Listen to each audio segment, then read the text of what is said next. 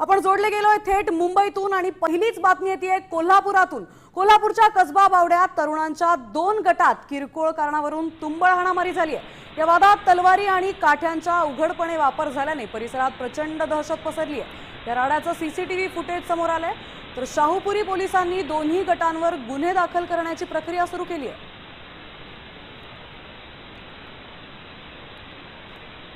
आपले प्रतिनिधी संदीप माजगावकर आपल्यासोबत जोडले गेलेत। कोल्हापुरात 2 गटात हा राडा पाहायला मिळतोय, काय परिस्थिती होती? कोल्हापुरातल्या कसबा बावडा परिसरात 2 दिवसांपूर्वी मातंग वसाहत इथं 2 गटात हाणामारी झालेली आहे।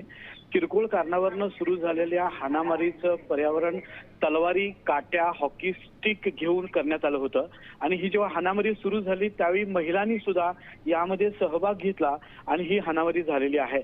या हाणामारीचं कारण अद्याप समजलं नसलं तरी पोलिसांनी दोन्ही गटातल्या स्त्री पुरुषांना सध्या ताब्यात घेतलेलं आहे आणि या संपूर्ण परिसरामध्ये सध्या वातावरण शांत आहे। नक्कीच रणजित, धन्यवाद आपण दिलेल्या या सविस्तर माहितीबद्दल। त्यामुळे आता कोल्हापूरच्या कसबा बावडा परिसरात या 2 गटात तुफान राडा झाल्याची माहिती मिळतेय।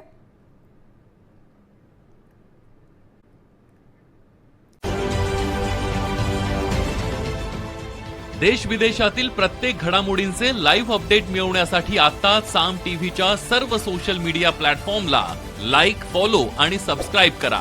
तसंच सर्व नोटिफिकेशनसाठी बेल आयकॉन प्रेस करायला विसरू नका।